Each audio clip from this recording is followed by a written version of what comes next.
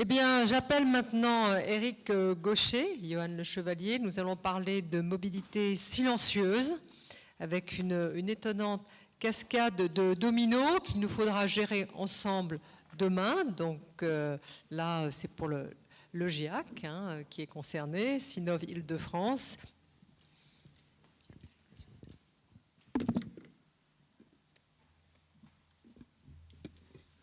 Oui, bonjour à tous. Bonjour à tous. Je vais vous parler d'acoustique. Je devais présenter avec Johan Le Chevalier, mais je vois qu'il n'est pas là. Il a un peu l'habitude d'être en retard, et puis souvent de 10 minutes en retard, et comme on n'a que 10 minutes, ça va être un petit peu difficile. Donc voilà, je vais essayer de vous présenter tout ça, vous parler d'acoustique. Et puis, j'aurais voulu peut-être un...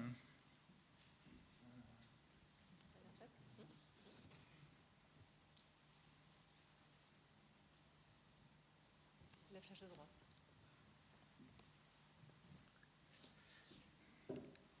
Et donc, vous présenter les nouveaux défis qu'on va rencontrer dans les prochaines années. Et le fait de remplacer le moteur thermique par un moteur électrique va changer bien évidemment le bruit émis par l'ensemble des machines.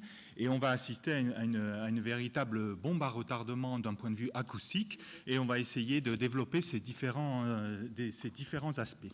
1, 2, test. 1, 2. 1, 2. Oui, on m'entend, ça marche là oui. Je peux poser une question, monsieur ? Excusez-moi, je présente je fais la présentation et ouais, on va poser les questions après. Merci. Donc ma question c'est, on est bien en marathon des bonnes idées là ? Ouais. Allez-y. Ouais, c'est quoi la bonne idée là ? Tu nous dis que les voitures électriques ça va pas faire de bruit et du coup ça va poser des problèmes, c'est ça ? Être acousticien ? Je comprends pas bien.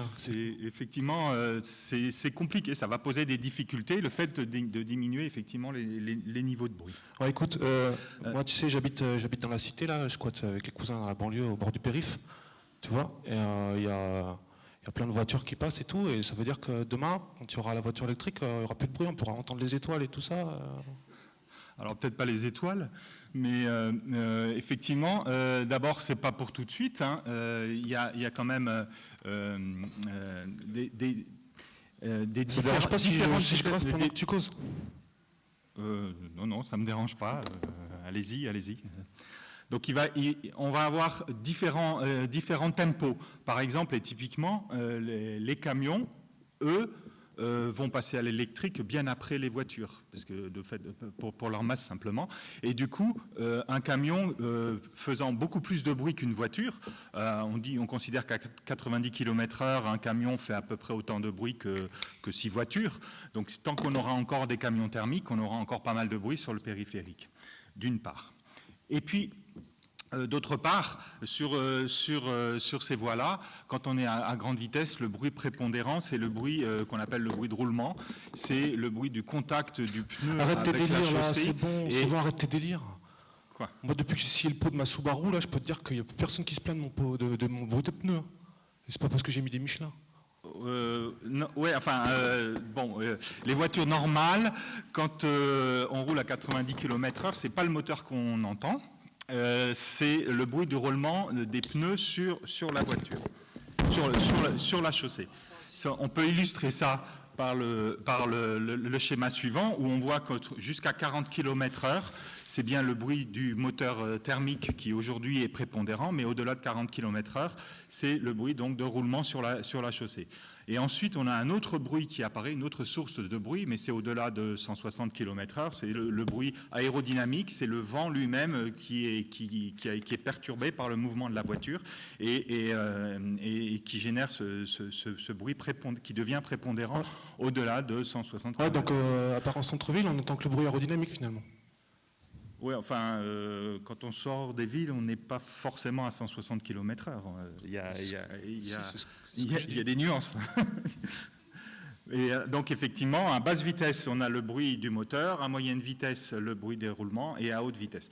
Donc, le passage au moteur électrique va avoir une influence en ville, principalement dans les faibles vitesses. Par contre, quand il y a des feux rouges ou des démarrages, là, il va y avoir des écarts de niveau de bruit, de niveau extrêmement importants, qui peuvent atteindre, on va dire, une dizaine de dB, alors peut-être un petit peu plus, un petit peu moins, mais ça peut être, et ça va changer totalement l'ambiance des centres-villes.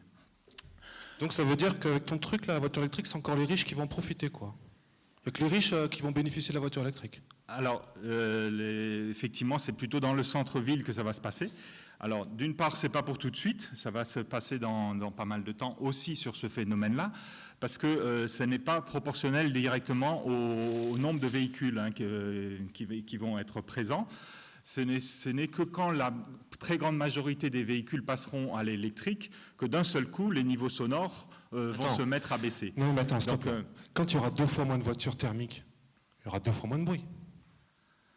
Alors, explique-moi ton truc là. Oui, alors le 2 fois moins, c'est une notion assez compliquée pour des acousticiens. Nous, on est toujours un petit peu, on utilise d'autres langages. Et en fait, effectivement, quand on a quand la moitié des véhicules seront passés à l'électricité, on aura, nous, on va considérer 3 dB de moins à peu près, mais c'est pas 2 fois moins de bruit, c'est un peu moins de bruit. Donc on aura encore, la sensation sera encore assez faible. Il faudra attendre combien de voitures électriques pour qu'il y ait vraiment moins de bruit? Alors il faudra attendre longtemps pour qu'on ait une perception vraiment fondamentale sur la ville et sur l'ensemble de la société. Par exemple, ici, dans ce schéma, quand on voit, si on considère devant un feu rouge qu'on va baisser le niveau de bruit dans la rue de 10 dB, typiquement de 70 à 60 dB, il va falloir attendre d'avoir 80% des véhicules, 90% des véhicules électriques qui sont présents pour que ça soit vraiment sensible au niveau de l'oreille, puisqu'on aura ces 6-7 dB. Mais là, le changement sera énorme. Et ça va aller très très vite pour les 10-20% des véhicules de la fin. Et là, il va y avoir vraiment une bombe à retardement. C'est là qu'elle va arriver, parce qu'on sera habitué à avoir des véhicules électriques et à leur bruit. Et d'un seul coup, il va y avoir du silence. Je te coupe, parce que moi, l'autre fois, j'ai vu le facteur, il était sur un scooter à pile. L'autre fois, le camion de déchets aussi, oui. tout, il ramassait les poubelles, pas de bruit, tout, la poubelle. Et attends, l'autre nuit, je squattais avec René en bas du Monop, là, tranquille. Putain, il y a un mec qui se pointe, tout. On se dit, qui c'est ce mec et tout, on l'a pas entendu arriver, comme on a flippé. En fait, c'était le livreur. Il est venu, il faisait des livraisons la nuit, le mec. Alors absolument, ça c'est un des très grands effets positifs du moteur électrique, c'est qu'aujourd'hui on est capable de faire des livraisons de nuit, ce qui était vraiment très compliqué jusqu'à présent. Il y a beaucoup de possibilités qui arrivent, il y a beaucoup d'effets positifs, mais il y a aussi quelques effets négatifs. Un effet négatif, c'est qu'il y a un problème de sécurité. Le véhicule électrique n'est pas audible à faible vitesse par les piétons. Et donc, ça pose un problème général. Et au niveau mondial, on est en train de réfléchir aux normes pour imposer aux véhicules électriques de régénérer, de refaire eux-mêmes du bruit pour la sécurité, pour que les piétons puissent l'entendre. Parce que, en fait, le piéton réagit toujours avec son audition pour sa sécurité. Donc ça va atténuer le phénomène que je viens de présenter, donc de diminution des niveaux de bruit. Mais par contre, ça ne va pas tout résoudre. On se tutoie ?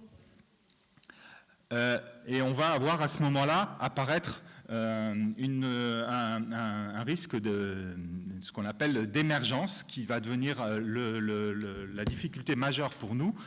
C'est-à-dire que, en fait, le niveau de bruit de la ville va effectivement baisser fortement de manière très générale, et d'un seul coup vont apparaître tous les autres bruits. Comme un petit peu illustré sur cette image-là. Par exemple, la hotte du kebab de Momo, le ventilateur du restaurant du cousin, Sophia qui hurle sur ses mômes, tout ça, on va entendre. Voilà, tout ça. Aujourd'hui, on a un réglage qui s'est fait avec l'usage, avec le travail qu'on a fait jusqu'à présent au niveau de l'acoustique, au niveau réglementaire, qui est basé sur une hypothèse de niveau de bruit, ce qu'on appelle nous bruit ambiant, le bruit de la ville, qui est connu et qui est relativement stable. À l'image, illustré par cette image où la Terre émerge un petit peu de la mer, mais si la mer baisse, du coup, la partie terrestre prend toute la place. Et de la même manière, si le bruit de la ville baisse parce qu'on a des véhicules électriques, les autres bruits vont devenir plus problématiques qu'aujourd'hui. Donc ça va vouloir dire changer les aspects réglementaires, reprendre des équipements techniques, retravailler tout ça. Donc c'est vraiment des éléments majeurs. Et il y a un autre élément aussi extrêmement important, ça va être à l'intérieur des logements, où on entendra beaucoup moins le bruit de la ville et on va être encore plus gêné par le bruit de nos voisins. 20 secondes, là. Conclue. Merci. Et alors, conclusion, donc effectivement, tout est mobile, on parle beaucoup de changements dans tous les domaines, et même l'acoustique doit s'adapter, et il faut qu'on réfléchisse tous ensemble à ça. Les mobilités sont mobiles, en particulier, donc tous les moyens de transport vont changer, au sens moyens de transport vont changer avec ce moteur électrique, donc le bruit qu'ils vont émettre va changer, donc le bruit de la ville va changer, et il faut ça c'est vraiment quelque chose de nouveau pour nous, de nouveau pour tout le monde, et donc même les sources de bruit qu'on maîtrise aujourd'hui, il va falloir apprendre à peut-être les faire bouger. J'ai rien compris à ton truc. Moi, ce que je propose, c'est résoudre deux problèmes en même temps. C'est recharger les voitures électriques avec des éoliennes sur les toits. Comme ça fera du bruit. Comme ça, on n'entendra plus les bruits des équipements des voisins. Merci Johan, merci. Tu as raison, mon dernier. Bravo, Mais en merci plus, Johan. on aura des drones qui vont aller réparer les éoliennes et qui font du bruit dans les logements en haut. Merci beaucoup. Encore un projet qui qui va bouleverser nos vies, qui remet l'homme au cœur de l'actualité et au cœur beaucoup de questions.